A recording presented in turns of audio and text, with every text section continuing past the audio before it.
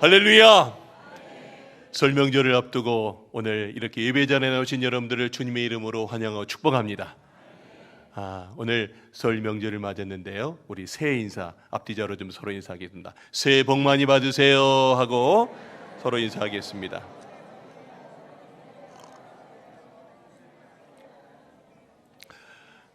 네, 오늘 할렐루야 찬양대 어깨가 들썩들썩일 만한 귀한 찬양, 또 시온 관악대 연주 하나님께서 기쁘게 받으신 줄로 믿습니다. 오늘 설교 제목 한번 보여주시기 바랍니다. 오늘 설교 제목은 복음의 꽃이 피는 설 명절입니다. 한번 따라하겠습니다. 복음의 꽃이 피는 설 명절.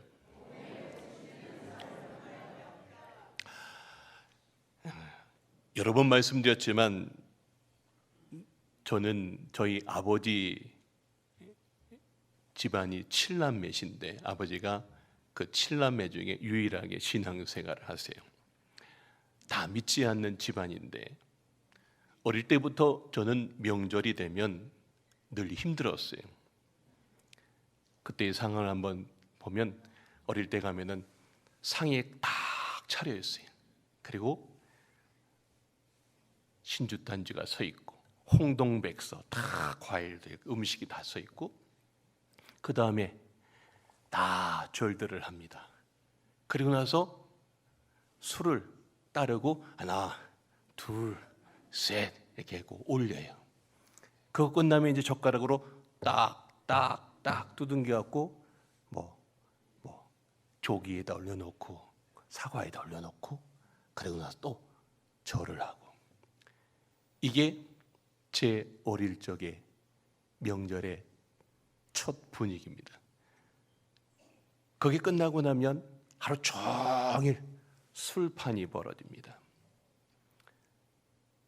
어린 제 가슴 속에 저는 큰 집에 가기 전부터 마음이 무거웠습니다. 저한테 다가오는 명절은 참 무겁고 힘들었는데, 그래서 어릴 적부터 제가 제일 부러웠던 것은 온 가족이 명절에 예배드리는 집안이었습니다. 제가 강화중학교에 보니까 그런 집안이 너무 많으시 부럽습니다. 오늘 설명절을 앞두고 우리 오랜만에 가족들도 다 오시고 보니까 부모님 옆에 자녀들이 이렇게 앉아 있는 모습을 보니까 아주 반갑습니다. 설명절을 앞두고 믿음이 있는 가정은 기쁨의 예배를 드립니다. 여러 가지 삶의 간증들을 나누면서 엄마, 아빠, 제가 이랬어요. 그래, 나도 이랬다 하면서 삶의 간증들을 나눕니다. 그런데 믿지 않는 가정은 마음이 무겁습니다. 나는 믿는데 믿지 않는 가족들과 함께 해야 되는 그 설명절. 저는 어릴 적 후자의 그 삶을 살아봤습니다. 아직도 가지 않았는데 아마 긴장들 하실 겁니다. 온 가족이 모여 앉으면 아마 이런 말들이 혹 오지 않을까요? 교회는 잘 다니냐? 기도에서 뭐 달라진 건 있니? 예배가 밥 먹여주니?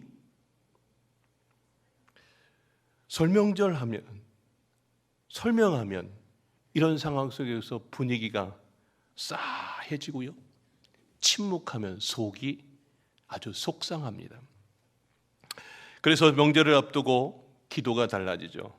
주님, 다투지 않게 하여 주시옵소서. 영적으로 무너지지 않게 하여 주시옵소서. 사실 우리는 압니다. 말 몇 마디로 사람이 바뀌지 않는다는 것도, 또 내가 이겨도 관계는 진다는 것도. 그래서 이 설 명절이 되면 그 명절 그 분위기 속에서 많은 부분이 갈라져요. 말을 해서 관계가 틀어질까 두렵고, 말을 안 하면 마음이 무겁고, 아마 여기 가족이 예배드리는 분들 중에도 저와 같은 그런 마음에 또 부담감을 갖고 있는 분들이 분명히 계실 겁니다. 자, 저는 오늘 이 말씀을 왜 서두에 말씀드리냐? 지난 몇 주 동안 저는 계속 말씀을 드렸습니다. 하나님이 찾으시는 예배자라고 하는 표로 우리가 달려가는데, 진짜 중요한 건 예배를 드리는 것 중요하지만 예배 후에 저 문을 나가는 순간부터 삶의 자리에서 내게 다가오는 모든 영적 싸움을 이기시라고 그랬습니다. 질문합니다. 그러면 지난 한 주 여러분의 삶의 자리에서 영적으로 승리하셨습니까? 아멘. 한 5분의 1 정도밖에 안 되시네. 승리하셨습니까? 제가 막 강요하는 것 같은데 본인이 스스로가 대답해 보시면 아실 겁니다. 아마 쉽지 않으셨을 겁니다. 특별히 다가올 명절 식탁은 그 싸움이 가장 선명해지는 자리입니다. 오늘 우리가 읽은 이 본문은 바알의 땅 이 사르밧에서 하나님이 말이 아니라 삶으로 자신을 증명하는 메시지를 오늘 우리들에게 전해주고 있습니다. 요즘 제가 새벽에 열왕기상을 계속 설교하고 있는데 이 본문 읽으면서 이거 명절에 전해야 되겠다. 그리고 이 본문에 나오는 사르밧이 다른 누구도 아닌 나의 이야기고 우리 성도들의 이야기구나. 삶의 자리에서 내가 어떻게 신앙생활을 해야 되는지, 내가 그 삶의 자리에서 어떤 예배자로 살아가야 될지 하나님이 저에게 계속 마음의 문을 두드리시는 거예요. 오늘 여러분의 인생에도 사르밧이 있습니다. 여러분의 가정일 수도 있고요, 직장일 수도 있고요, 며칠 뒤에 다가올 명절에 가족들과의 만남일 수도 있습니다. 그래서 저는 오늘 말씀을 통해서 여러분의 3가지를 전하고자 합니다. 화면 한번 보시기 바랍니다. 첫째, 지금 내 마음의 1번은 무엇인지. 둘째, 하나님이 정말 삶을 책임지시는지. 내 마음의 1번을 정하면 하나님이 정말 내 삶을 책임지는지. 셋째, 믿음이 결국 사람들에게 보이게 되는지. 이 메시지를 좀 전하려고 합니다. 오늘 이 시간 여러분들이 이 말씀을 통해서 그래, 내가 삶의 자리에서 멋지게 영적으로 승리하리라 결단하는 모든 성도님 되시길 주님의 이름으로 축원합니다. 첫 번째 메시지입니다. 지금 내 마음의 1번은 무엇입니까? 합니다. 한번 따라하겠습니다. 지금 내 마음의 1번은 무엇입니까? 자, 오늘 이 본문의 메시지 여러분들이 잘 아실 거예요. 사실 이 본문은 먹고 사는 이 떡 이야기가 아닙니다. 주인에 관한 이야기. 어떤 주인? 내 마음의 주인에 관한 이야기. 누가 내 삶의 1번인지, 누가 내 삶의 공급자인지 이거를 우리에게 말씀하고 있는 메시지입니다. 여러분, 오늘 본문의 배경을 한번 볼까요? 때는 아방 시대입니다. 아방 시대에 북이스라엘이 너무나 번성했어요. 바알의 선지자, 그 선지자의 딸 이세벨을 데리고 왔어요. 온 나라가 하나님을 믿어야 될 판에 바알을 믿기 시작합니다. 곳곳에 바알 신전이 세워져요. 상상해 보십시오. 이 강화중앙교회 앞에, 바로 앞에 전등사 같은 그 절이 딱 서 있다고 생각해 보세요. 하나님을 믿어야 될 이 나라가 점점 우상을 믿습니다. 어떤 우상? 돈이 최고인 시대입니다. 돈이 우리의 최고의 우상이다. 풍요를 갖다 주는 것이 우리의 최고의 신이야.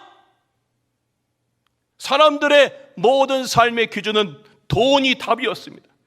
그래, 현실이 제일 중요해. 더 노골적으로 말합니다. 먹고 사는 건 하나님이 아니라 바알이 해결해. 이게 북이스라엘의 삶의 분위기였습니다. 하나님 얼마나 기가 막힐까요? 하나님의 신앙의 나라로 시작하기를 원했었던 그 북이스라엘이 하나님을 다 버린 겁니다. 하나님은 그 시대를 그냥 두지 않으셨습니다. 그 시대에 다 가뭄을 내리게 하십니다. 비가 안 내려요. 그리고 나서 하나님이 말씀하십니다. 그래, 너희가 붙든 그 비를 내리는 신이 진짜니? 봐라. 너희가 붙든 그 신은 진짜가 아니다. 너희가 진짜 붙들 건 나 하나님이다. 이 땅에 비를 내리는 것도, 이 땅에 풍요를 내리는 것도 나 하나님이다. 하나님은 말로만 하지 않으셨어요. 북이스라엘의 삶으로 드러나게 하셨습니다. 그리고 선지자 엘리야를 그리 시냇가라고 하는 곳에 보내서 까마귀를 통해서 아침 저녁으로 먹을 걸 채워주게 하시고, 또 그 다음에 이제 오늘 본문에 사르밧이라고 하는 곳에 보냅니다. 사르밧은 이방 땅이에요. 바로 바알을만 평생 믿었던 그 땅에 선지자 엘리야를 보냅니다. 거기서 믿음 이야기하면 어떻게 될까요? 공기가 싸해지는 겁니다. 하나님 얘기하면 어떻게 될까요? 불편해지는 바로 그 자리예요. 하나님 바로 그 자리에 그 사르밧에 엘리야를 보내십니다. 하나님 말씀하시는 건 이겁니다. 누가 주인인지, 이 땅을 다스리고 너희의 삶을 주관하는 것이 누구인지 하나님은 오늘 이 본문을 통해서 크리스찬들 뿐만이 아니라 북이스라엘 사람들 뿐만이 아니라 그 우상을 믿고 있는 그 땅에 진짜 신이 누구인지 보여주려고 지금 엘리야를 우상의 땅 사르밧으로 보내주셨습니다. 자, 엘리야가 하나님 말씀대로 가서 사르밧이라는 곳에 도착했어요. 내가 너 먹을 거 다 책임져 주는 자리를 보내줄게. 그런데 거기서 하나님이 준비하신 한 여인을 만납니다. 이 여인은 과부예요. 그리고 그 여인이 나뭇가지를 막 줍고 있습니다. 이 나뭇가지로 마지막 불을 지필 이 나뭇가지를 지금 막 하고 있는 거예요. 불을 지필 장작을 갖고 이제 음식을 하려고 하고 있습니다. 그때 엘리야가 그 여인에게 말합니다. 물을 좀 가져달라고요. 여러분 지금 가뭄이에요. 물이 얼마나 귀하겠습니까? 중동 땅에. 그런데 물을 좀 가져오래요. 오케이, 여기까지는 물을 가져올 수 있어요. 그런데 여인이 이렇게 물을 가져가는데 뒤통수에 대고 뭐라 그러냐면 나한테 떡 한 조각도 가져오라고 합니다. 여러분 지금 마지막 떡 한 조각 먹을 가루하고 기름 딱 요거 남았어요.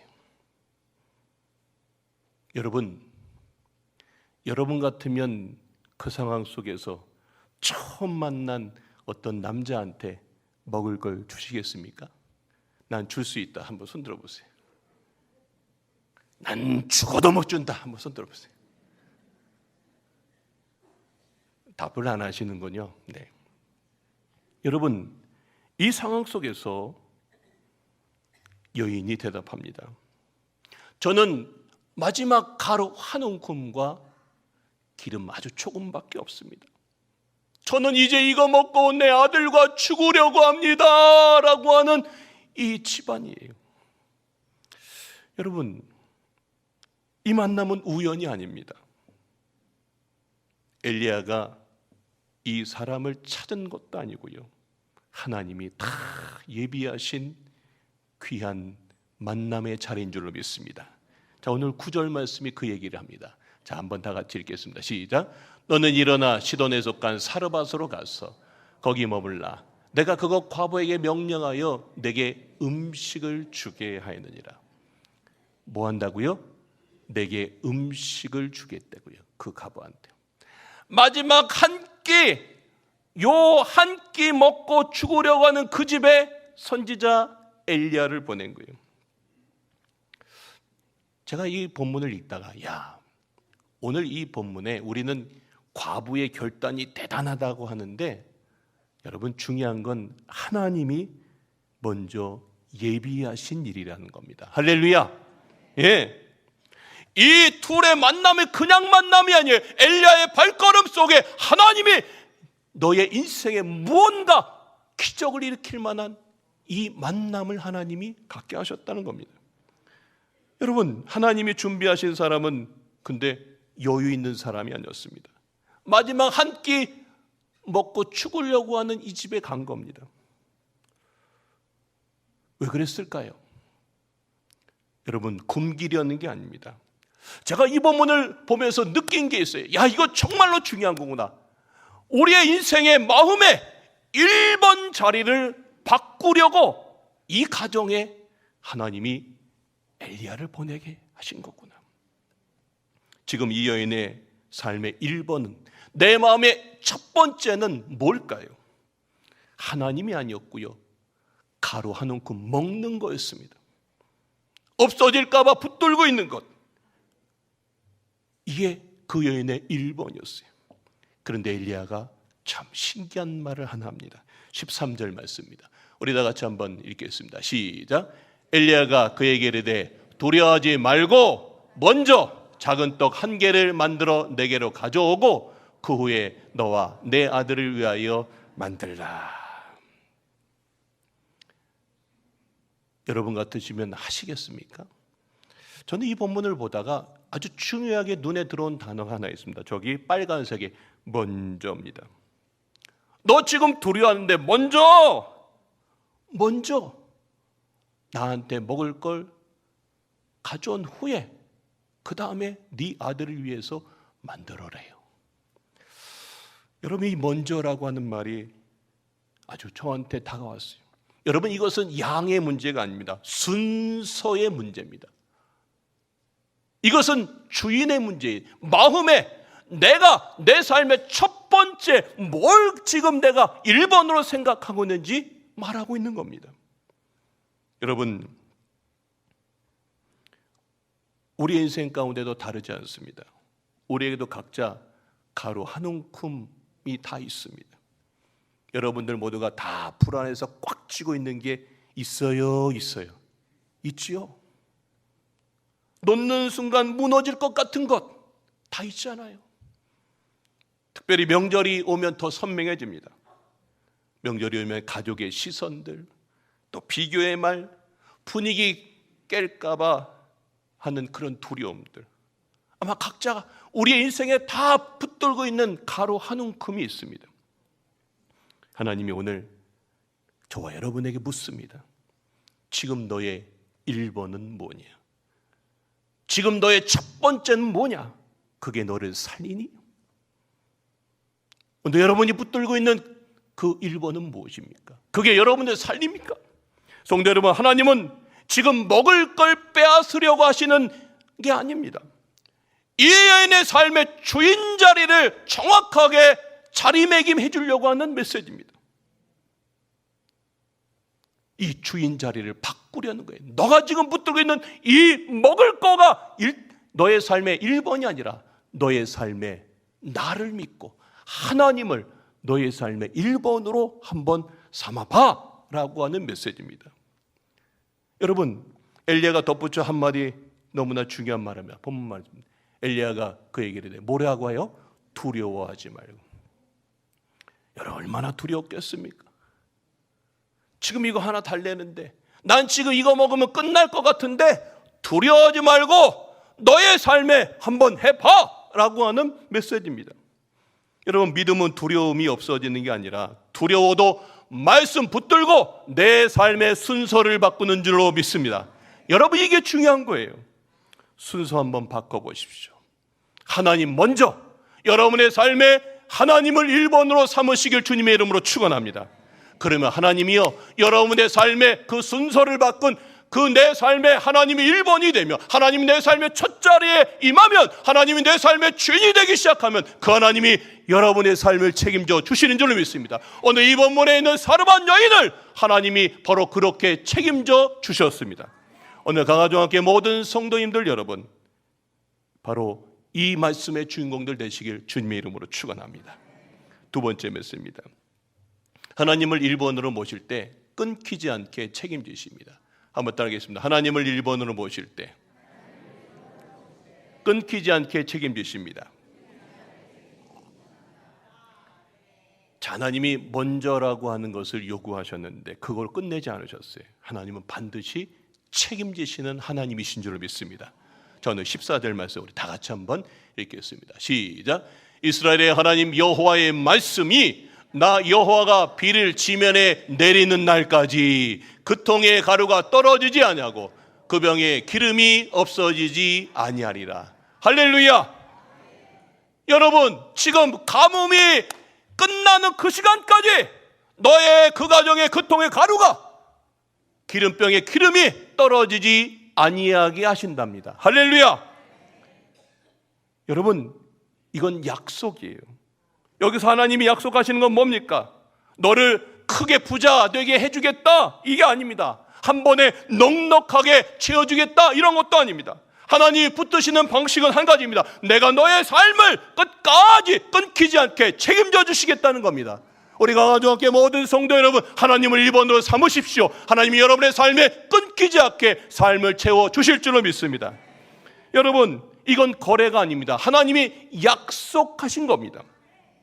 하나님을 먼저 선택하면 하나님이 보상해 주겠다는 것도 아닙니다. 하나님 우리 인생의 주인 되시면 우리의 삶을 끝까지 책임져 주십니다. 믿으십니까? 여러분, 오늘 본문은 그 책임을 세 가지로 보여줍니다. 첫째, 하나님은 나중에가 아니라 지금 책임져 주신대요. 둘째, 하나님은 한 번이 아니라 끝까지 책임져 주신대요. 언제까지요? 비가 내리는 그 순간까지. 이 땅에 다 가뭄인데 그 가뭄 때까지 내가 책임질게. 셋째, 하나님께서 넘치는 게 아니라 끊기지 않게 하신답니다. 여러분, 우리가 왜 힘들까요? 뭔가 끊길까 봐 힘들잖아요. 내일이 끊길까 봐, 관계가 끊길까 봐, 마음이 끊길까 봐. 그래서 매번 우리가 잠 못 자지 않습니까? 그런데 하나님 오늘 약속하십니다. 내가 너를 끊기지 않겠다. 가루통에 가루가, 기름통에 기름이. 자, 그리고 나서 15절, 16절 참 중요한 결단이 나옵니다. 자, 우리 다 같이 한번 봅시다. 그가 가서 엘리야의 말대로 하였더니, 자, 이 여인이 엘리야의 말대로 합니다. 야, 대단하죠? 아까 손 들어보세요 했더니 한 번도 안 돼. 이 여인은 했어요. 자, 그리고 나서 그와 엘리야와 그의 식구가 어떻게 먹었다고요? 여러 날 먹었답니다. 여러 날. 그 말씀 그대로 여러 날 먹었어요. 어떻게 해요? 자, 빨간색 글씨 한번 읽어봅시다. 시작. 통에 가루가 떨어지지 아니하고 병에 기름이 없어지지 아니하리라. 할렐루야. 여러분, 하나님은 반짝 그냥 이벤트로 끝나는 그런 기적으로 보여주지 않았습니다. 하루하루 매 끼니마다 놀라운 일을 하셨습니다. 내가 지금 뭘 했어요? 한 끼 먹었어요. 여기 가루통 기름이 끝났어요. 그런데 신기하게 또 지면 또 채워주고 또 채워주고 또 채워주는 거예요. 여러분, 이 여인이 얼마나 놀라웠겠습니까? 매 끼니마다 은혜예요. 할렐루야, 할렐루야. 아까 우리 장고집에서 막 어깨 들썩들썩 뛴 것처럼 아마 그 여인이 그런 시간들을 가졌을 겁니다. 여러분, 이게 이 여인에게 이제 간증이 생겼을 겁니다. 여러분, 이게 간증이에요. 가끔씩 어떤 분은 아유, 나는 간증이 없어, 그렇게 얘기하십니다. 여러분, 간증은 꼭 인생 역전만 아닙니다. 하나님이 나를 붙드신 것 자체가 간증인 줄로 믿습니다. 여기 강화에 수많은 사람들이 있는데 그 중에 우리가 예수 믿고 이 자리에 나와서 예배 드리는 것이 간증인 줄로 믿습니다. 무너질 것 같았는데 무너지지 않았다면 그게 간증입니다. 믿음이 꺼질 것 같았는데 꺼지지 않으면 그게 간증인 줄로 믿습니다. 여러분, 오늘 여러분들이 예배를 드리면서 아멘 할 수 있는 것, 그것 자체가 하나님이 우리를 붙드신 증거인 줄로 믿습니다. 여러분, 이 이야기는 저 옛날 이야기로 끝나지 않습니다. 그 하나님은 지금도 살아계셔서 우리의 삶에 책임져 주시는 하나님이신 줄로 믿습니다. 우리 교회도 그런 삶을 살아가는 간증의 성도들이 많습니다. 어느 한 분을 제가 소개하겠습니다. 어느 권사님 가정 이야기입니다. 자, 우리가 사는 강화도는요, 주일이 되면 가장 장사가 잘 되는 날이 주일날입니다. 사람이 가장 많이 오고 매상이 가장 크게 오른 때입니다. 일명 대목이죠. 그런데 이 권사님은 하나님의 삶의 1번으로 두었습니다. 주일이면 가게 문을 닫고 예배를 드렸어요. 그리고 교회 와서 섬기십니다. 주변 사람들이 말합니다. 아이, 바보 아니야. 왜 대목을 놓쳐? 그런데 권사님이 고백을 하십니다. 목사님, 예배드리고 교회 와서 다 섬기고 나서 이제 내가 오후에 이렇게 가잖아요. 그때 가면 오전에 갔다가 허탕 쪘던 손님들이 점심을 먹고 신기하게 다 온대요. 그리고 나서 어떨 때는요, 문자로 10개 주문합니다. 20개 주문합니다. 어떨 때는 단체로 100개도 주문합니다. 나는 그저 여기 와서 예배를 드리고 하나님을 내 삶의 1번으로 삼은 것밖에 없는데 하나님이 그 가게의 삶을 책임져 주셨답니다. 할렐루야. 목사님, 이렇게 하나님이 채워주세요. 여러분, 여기서 중요한 건 매상 증가가 아닙니다. 하나님이 그 삶을 놓치지 않고 계속 끝까지 끊임없이 책임지신다는 것입니다. 왜요? 하나님은 내 삶의 1번으로 삼은 사람을 하나님께서 끝까지 책임져 주시는 것입니다. 여러분, 하나님은 지금도 각자 형편에 맞게 이렇게 역사하십니다. 강화중학교 모든 성도 여러분, 여러분들의 삶 속에 그 하나님이 살아계십니다. 그 하나님이 오늘도 우리를 붙드십니다. 여러분, 그 하나님을 붙드십시오. 그 하나님 여러분의 인생을 반드시 책임져 주실 줄로 믿습니다. 마지막 세 번째 메시지입니다. 사르바 한복판에서 여러분의 삶이 하나님의 증거가 됩니다. 한번 우리 화면을 보시고 다 같이 읽겠습니다. 시작. 사르바 한복판에서. 아멘이십니까? 여러분, 하나님이 지금 엘리야를 여기 사르밧이라고 하는 동네에 보내신 이유가 하나가 있습니다. 여기가 다 바알만 믿는 바알의 한복판 그 땅에 보내셨어요. 왜 보내셨을까요? 진짜가 누군지를 증거로 삼으시기 위해서 보낸 겁니다. 하나님은 그 땅 사람들은 어떻게 살았는지 정확하게 우리가 한번 상상해 봅시다. 그 사람들은 평생 이렇게 고백했던 사람입니다. 야, 비는 바알이 내려, 풍요는 바알이 줘. 야, 먹고 사는 건 바알 신이 우리를 책임져 줘. 아마 그렇게 평생을 믿고 살았던 동네, 그 동네에 엘리야를 그 동네 한복판에 보내신 거예요. 그런데 참 신기한 일이 하나 벌어진 거예요. 다 가뭄인데 먹을 게 끊기지 않는 집이 하나 딱 생긴 겁니다. 가루통에 가루가, 기름병에 기름이 떨어지지 않는지. 여러분, 이건 말보다 더 큰 메시지입니다. 바알이 아니라 하나님이다 라고 하는 것을 만천하에 보내는 메시지입니다. 한번 상상해 보십시오. 다른 집은 먹을 게 다 끊겼어요. 근데 저 집은 매일 밥 짓는 연기가 막 올라옵니다. 냄비 소리가 나고 막 깔깔깔깔 웃으면서 하루하루 지내요. 남들은 다 먹을 게 떨어졌는데, 그리고 매일매일 난 죽을 것 같은 이야기만 하는데 저 집은 신기하게 깔깔깔깔 웃어요. 사람들이 묻습니다. 저 집은 왜 끊기지 않지? 도대체 무슨 신이 붙든 거지? 여러분, 그래서 결국 사람들이 묻게 되죠. 마침내 믿지 않는 사람들 집에서 와서 여기 이 여인의 집에 와서 이야기를 듣는 거예요. 내가 평생 바알을 붙들고 살았는데 그게 내 인생을 붙들지 않았어요. 내게 지금 한 선지자가 와서 나는 그저 말씀대로 내 삶의 말씀대로 나는 드렸을 뿐인데, 내가 하나님을 내 인생의 1번으로 삼았더니 하나님이 매일매일 나를 이렇게 채워주셨나라고요.